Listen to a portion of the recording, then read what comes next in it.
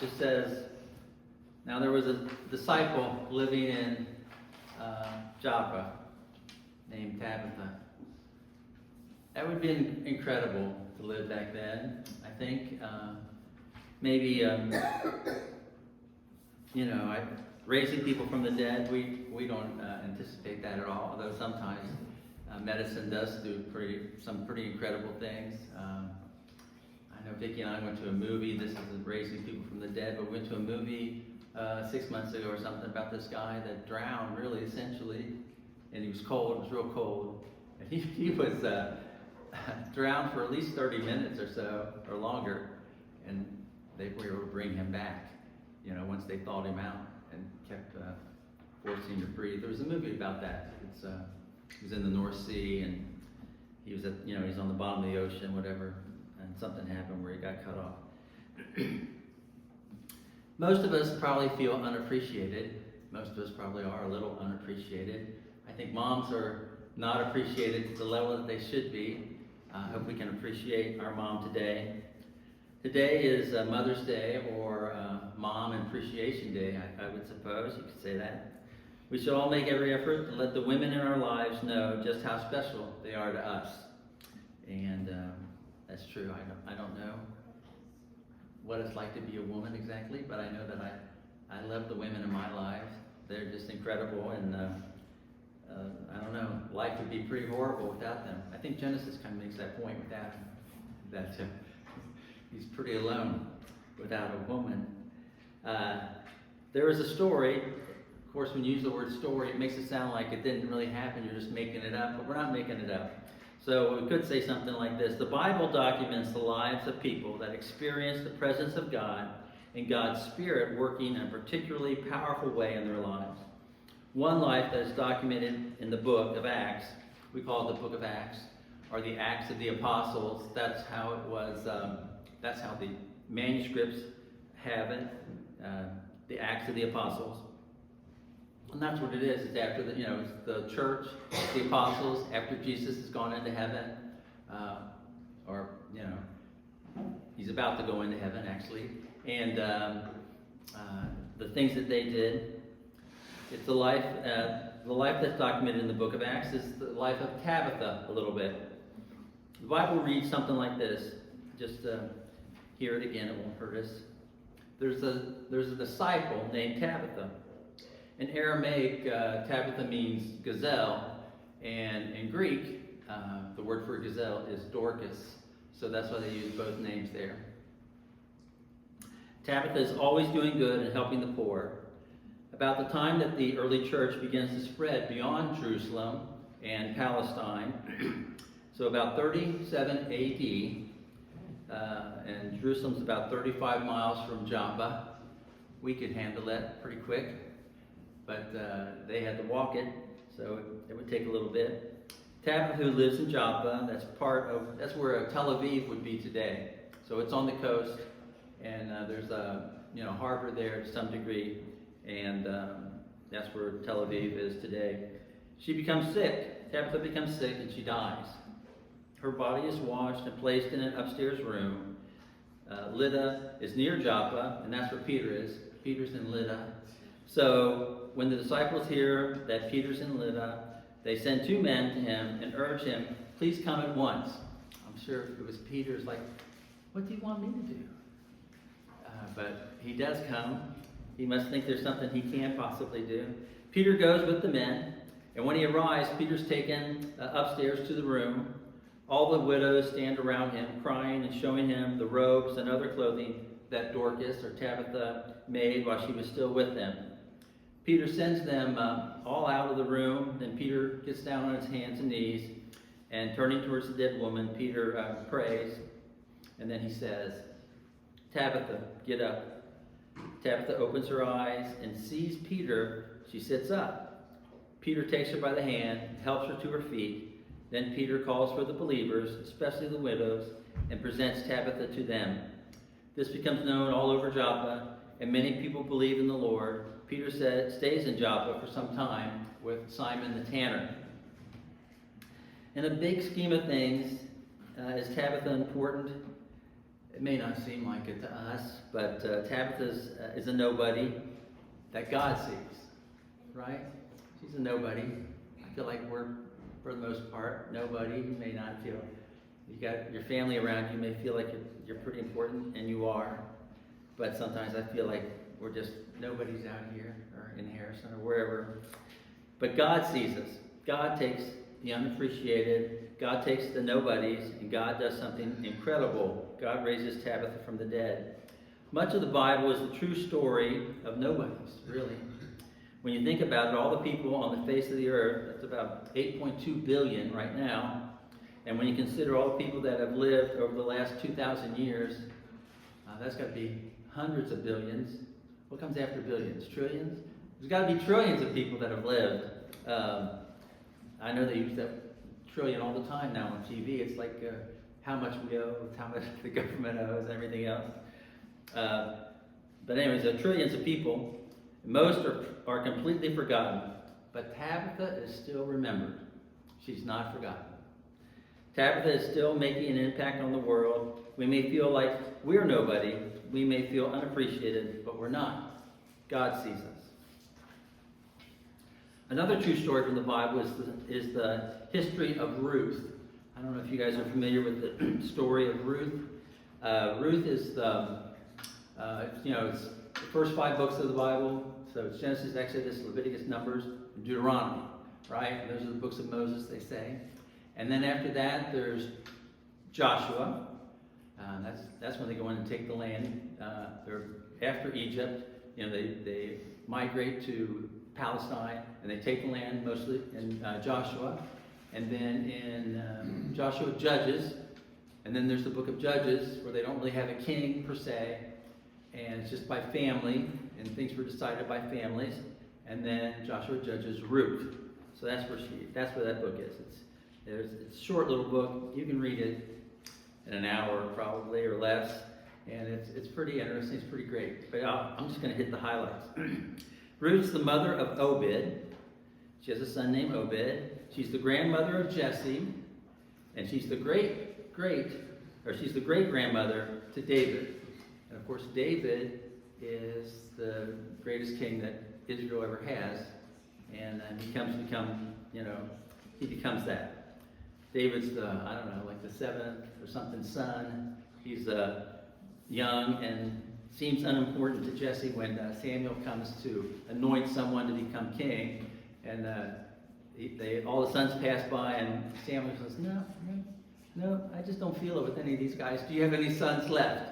And they say, well, there's one out taking care of the sheep. He's a nobody, but not anymore. So do you know about Ruth in the time of the Judges? Okay, I kind of got you guys all caught up on that.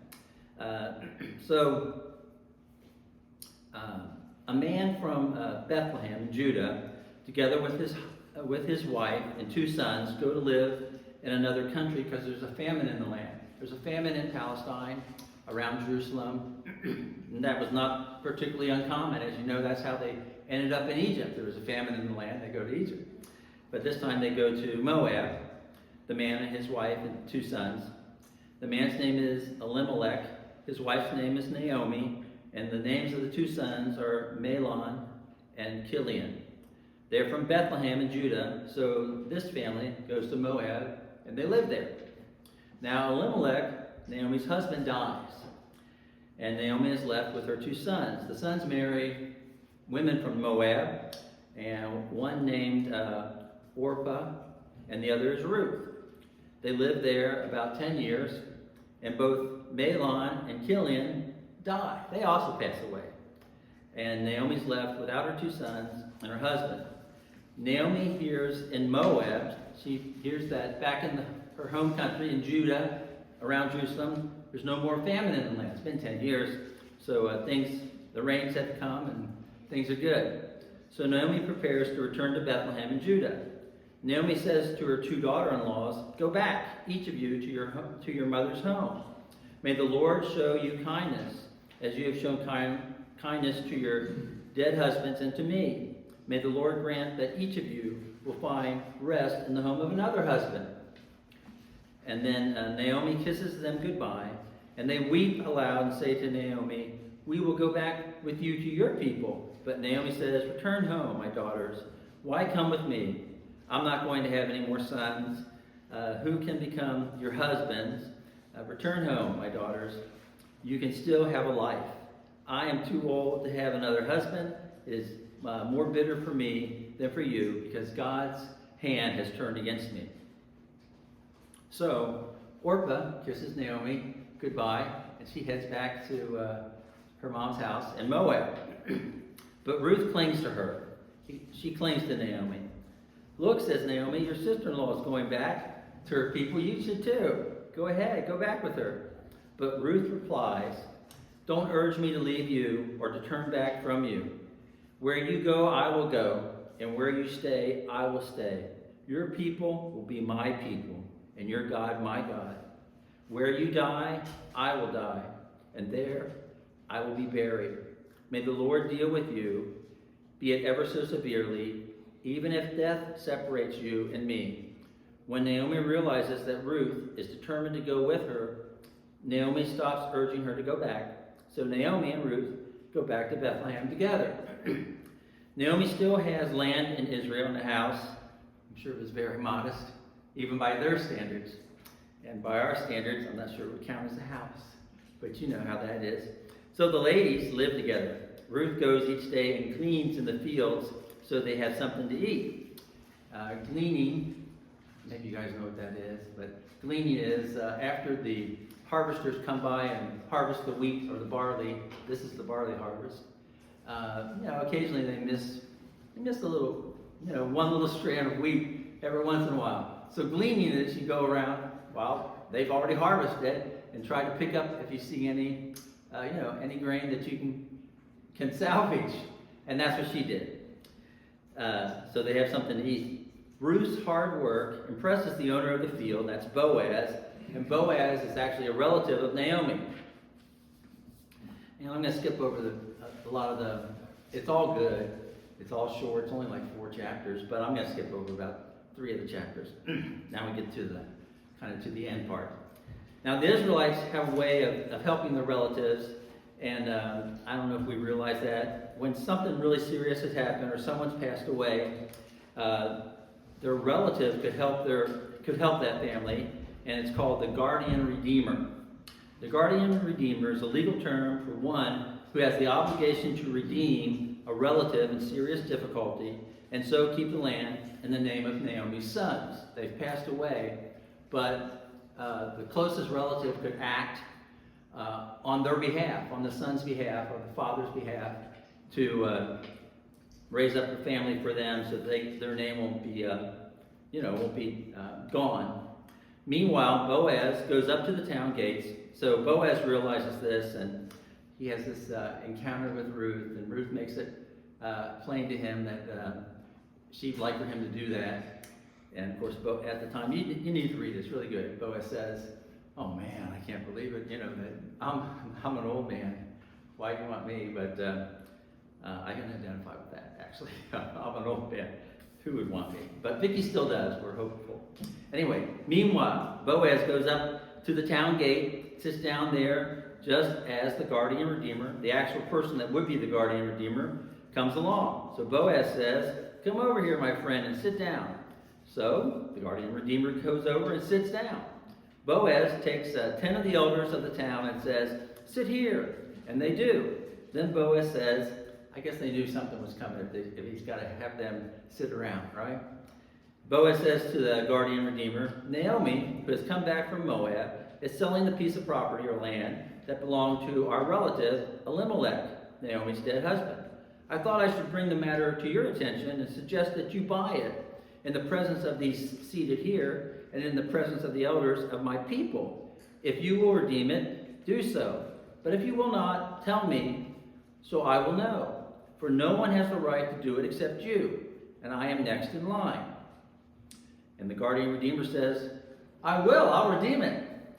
Then Boaz says, "Okay, on the day you buy the land from Naomi, you also acquire Ruth, the Moabite, the dead man's widow, in order to maintain the name of the dead with his property." At this, the guardian redeemer says, I can't do it. I can't buy it. I can't redeem it. I might endanger my own estate. You redeem it yourself. I cannot go with it. I cannot do it. Now, in earlier times, this is also a strange custom to us. They would take their sandal off and give it to the other person to say, okay, in other words, we had discussed it, but if it's final, they take the sandal off and give it to the other guy, so he has your sandal. I guess you had, if you were going to do a lot of business transactions, you'd need a lot of sandals. But in this case, that's what they do. Maybe they give the sandal back. I mean, what can they do with that sandal? But anyway, that's what they do. Because the sandal, obviously it means, okay, this is decided. We're not going to debate it anymore. This is decided. So for the redemption, the transfer of property to become final, one party took off his sandal and gave it to the other. This was the method of legalizing transactions in Israel. So the guardian redeemer says to Boaz, buy it yourself. And he removes his sandal. Then Boaz announces to the elders, all the people, today you are witnesses that I have bought from Naomi all the property of Elimelech, Kilion, and Mahlon, Naomi's dead husband and sons. I also acquire Ruth the Moabite, Mahlon's widow, as my wife, in order to maintain the name of the dead with his property, so that his name will not disappear from among his family and from his hometown. Today you are witnesses. Then the elders and all the people in the gate say, we're witnesses. May the Lord make the woman who's coming into your home like Rachel and Leah. Those were Jacob's wives. And Jacob had 12 sons. That's how you got 12 tribes. Who together build up the family of Israel. May you be famous in Bethlehem. May your offspring, the Lord gives you, by this young woman, increase your family. So, Ruth and Boaz have a son, Obed. And Obed grows up, marries, and has a son, Jesse. And Jesse marries and has a bunch of sons, of which the youngest is David. He becomes the greatest king in Jewish history. In 1 Corinthians 1, it says, Paul writes, but God chooses the foolish things of the world to shame the wise. God chooses the weak things of the world to shame the strong. God chooses the lowly things of the world and the despised things and the things that are not. Things that really are not. They're nothing. To nullify the things that are, so that no one may boast before him. Doesn't matter how we feel. God loves us, he sees us, and God can do incredible things with just a little faith. God can take the unexpected and make something great, and God can raise Tabitha from the grave. I still got a couple minutes. I've got this thing in Proverbs, a little bit of it's in our bulletin. It's the wife of noble character. Just want to read a little bit of it. It's really, I guess, somewhat challenging. It's kind of interesting. I like it. It's great. It's encouraging. A wife of noble character, who can find? She's worth far more than rubies. Her husband has full confidence in her and lacks nothing of value. She brings him good, not harm, all the days of her life. She gets up while it is still dark or night. She provides food for her family and portions for her female servants. She considers a field, she buys it. Out of the earnings, she plants a vineyard. She sets about her work vigorously. Her arms are strong for her task. She sees that her trading is profitable and her lamp does not go out at night. She opens her arms to the poor and extends her hands to the needy. She's working really hard, a lot harder than me. It's kind of challenging.